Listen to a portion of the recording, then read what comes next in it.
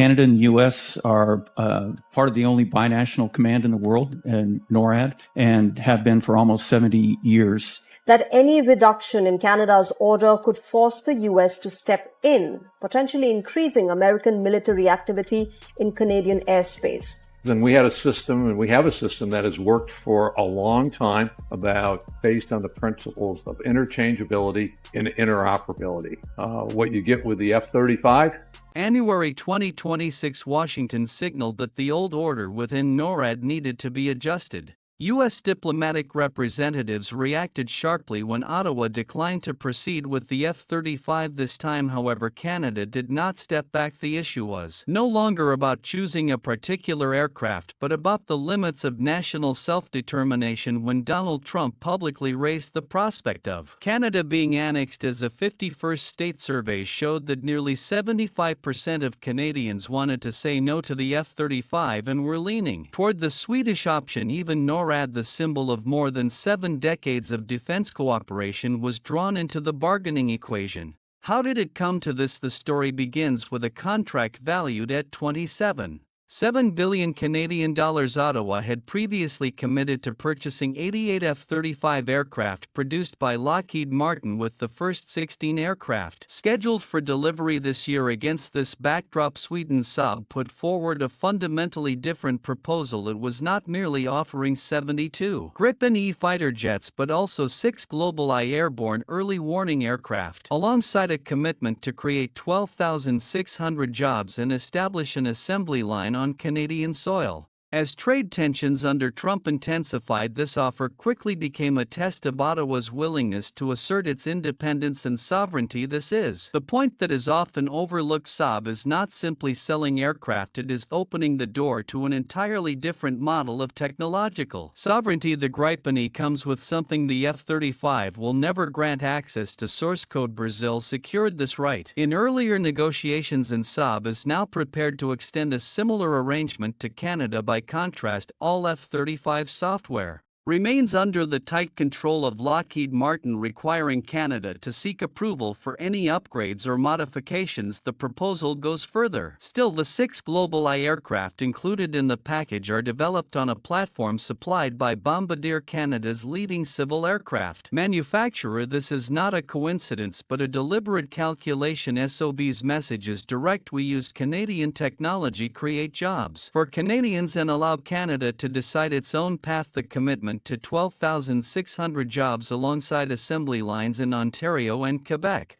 signals that Canada would not merely be a defense procurement customer. The country could become a genuine node in the global supply chain with long-term production capacity and control firmly in its own hands. Defense experts argue that if this model operates smoothly, Canada could realistically emerge as a manufacturing and export hub for the Gripen across the entire North American region. That prospect, however, sits uncomfortably in Washington. U.S. Ambassador Pete Hoekstra responded forcefully and made no effort to conceal his irritation. He stated that if Canada failed to complete the full purchase of 88 F-35s under the current NORAD structure, the entire operational framework would need to be adjusted. According to his warning, the United States would then be compelled to acquire additional F-35s itself, and American aircraft would regularly enter Canadian airspace to compensate for the resulting capability shortfall. The message beneath the statement was not difficult to decipher: if Canada does not comply, the United States will act on its own.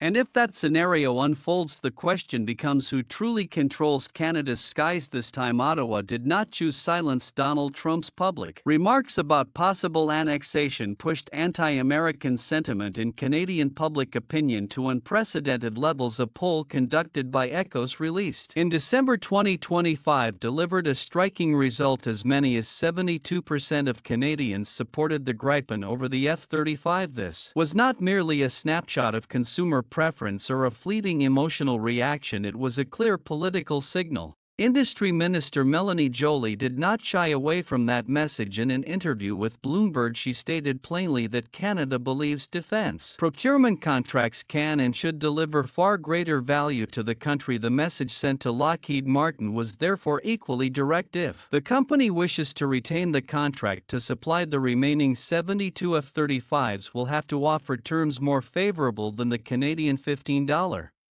billion currently on the table. This is almost without precedent in the history of U.S. Canada defense cooperation. For the first time, Ottawa has entered negotiations from a position of and rather than deference, no longer willing to accept pre-imposed conditions. Yet the core question remains: can the Gripen truly replace the F-35? In theory, the F-35 is a fifth-generation fighter with superior stealth, advanced sensor fusion, and a level of data integration that fourth-and-a-half-generation aircraft struggle to match. In a 2023 evaluation, the F-35 scored 57.1 out of 60 points, while the Gripen achieved just 19.8. At first glance, these figures suggest a stark disparity. Analysts note, however, that the assessment criteria heavily weighted the ability to penetrate advanced air defense systems, precisely the domain in which the F-35 holds its decisive advantage. If the perspective shifts, placing the emphasis on operating costs, readiness rates, and effectiveness in Arctic conditions, the picture changes entirely. The Gripen can take off and land on short runways, even on snow-covered highways, a capability particularly well suited to Canada's geography. Maintenance turnaround times are measured in hours rather than days, allowing aircraft to return to operations more quickly and with far greater real-world flexibility. Independent defense assessments indicate that the Gripen's operational readiness typically ranges between 80 and 90%, while reports from the U.S. Government Accountability Office place the F-35's readiness at roughly 30 to 50%. Operating costs further sharpen the contrast. Each flight hour of an F-35 costs between $35,000 and $47,000, whereas the Gripen operates at approximately $8,000 per hour. Yet the most critical gap is not found in figures or technical specifications. It lies in a more fundamental question: after the purchase, who truly controls the aircraft? With the F-35, all software updates require approval from the Pentagon. Any modification involving weapons sensors or combat capabilities must receive Washington's consent. Lockheed Martin retains tight control over the source code, a reality that defense experts warn effectively turns each F-35 into a strategic choke point beyond Canada's direct control. The Gripen is built around a different philosophy. Saab has granted Brazil partial access to source code, enabling the country to develop its own capabilities. Many analysts believe that if negotiations are handled skillfully, Canada could secure similar rights, an outcome that is virtually impossible within the framework of the F-35 program. Even so, one practical constraint cannot be ignored: the Gripen still relies on the U.S.-made GF414 engine, meaning Canada would continue to require export licenses from Washington. In other words, absolute autonomy remains difficult to achieve. Even so, the level of dependence associated with the Gripen is significantly low, more than that of the F-35. There is also another reality Ottawa cannot avoid. Canada has already signed a contract for the first 16 F-35 aircraft. These jets are scheduled for delivery in 2026 at Luke Air Force Base, before being transferred to Canada around 2028. This means that regardless of the final decision, Canada has already taken its first step into the F-35 program, and the choices that follow will shape not only military capability but also the degree of national sovereignty for decades to come. If Ottawa opts to acquire an additional 72 Gripen for the remainder of the Royal Canadian Air Force would face a complex operational reality: running two fundamentally different systems in parallel, two separate supply chains for spare parts, two distinct pilot training programs, two non-integrated weapon systems. Military experts warned that this approach would drive up costs and significantly increase operational complexity. Former commander of the Royal Canadian Air Force, Yvon Blondin, has stated his position bluntly. In his view, in a direct confrontation with Russia or China, the F-35 could achieve combat effectiveness of up to 95%, while the Gripen would reach only around 33%. Former Chief of the Defense Staff Tom Lawson has been even more uncompromising, arguing that the Gripen would be of little practical value in a genuinely high-intensity war. Yet it is precisely here that a much larger question begins to emerge. What kind of conflict is Canada actually preparing for? This is the real inflection point. Many fail to recognize that this debate is not merely about choosing a fighter aircraft. When Donald Trump openly threatened to turn Canada into the 51st state of the United States, every defense decision in Ottawa took on unprecedented political weight. Trade wars have intensified. Tariffs are being used as instruments of pressure. Every contract, every procurement choice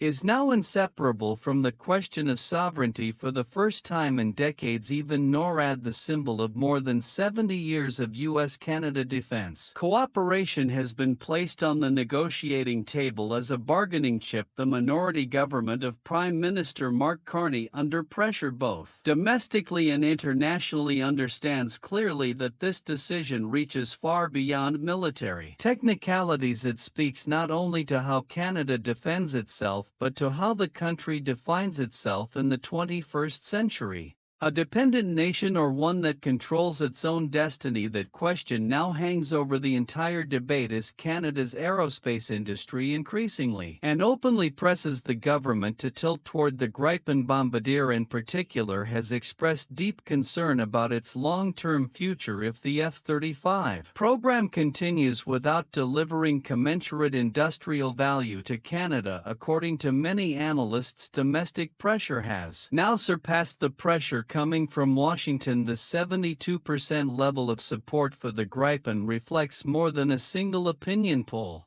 It represents the voice of a generation of Canadians weary of being treated as a second-tier partner, perpetually expected to comply. From this point forward, the debate is no longer simply about the F-35 versus the Gripen. The core question has shifted. Canada is now choosing between dependence and autonomy, between absolute security and technological independence, between maintaining traditional alliances and safeguarding national sovereignty. Many international observers believe Ottawa's decision will set an important precedent. If Canada proves firm enough to resist pressure from Washington and selects the Gripen alongside a number of other NATO allies, particularly small and mid-sized countries, it will demonstrate that an alternative path still exists, a path in which countries are not forced to accept every term imposed by Washington. Conversely, if Canada backs down, the message will be equally clear, even when public opinion points in one direction. Even when economic and political arguments have been fully articulated, the limits of autonomy remain unchanged. Denmark, a country that has already purchased the F-35, is now openly expressing regret, acknowledging that its fleet spends as much as half of its time in maintenance. Many experts view this as a lesson Canada cannot afford to ignore. So which direction will Ottawa choose? As of now, the government has yet to release its final evaluation report, a document that has been delayed since September 2025. Washington is watching closely. According to sources within the defense sector, negotiations are unfolding on two parallel tracks. On one front, Canada is applying pressure on Lockheed Martin to significantly expand its economic commitments beyond the current $15.5 billion Canadian dollars. On the other, Saab continues to leverage its advantages from its global outlook to its ability to build domestic manufacturing capacity within Canada. A final decision is expected in 2026, but what unfolds in the coming months will determine far more than the future of the Royal Canadian Air Force. It may also reshape how small and mid-sized nations negotiate with great powers. For years to come, when the full picture is weighed, one option is the familiar path of the F-35, maintaining close alignment with Washington, accepting technological dependence in exchange for maximum combat capability and stability within NORAD. The other is the road fewer dare to take, the Gripen, asserting autonomy, nurturing a domestic defense industry, and accepting technical risks in exchange for sovereignty. Neither option is perfect, each carries its own trade-offs when security and independence no longer move in lockstep. When alliances and sovereignty stand on opposite sides, the decision Canada makes today will echo across generations. If you would like to continue following in-depth analysis like this, please like and subscribe. Every interaction helps us keep digging into the stories not everyone is willing to tell. Thank you for watching.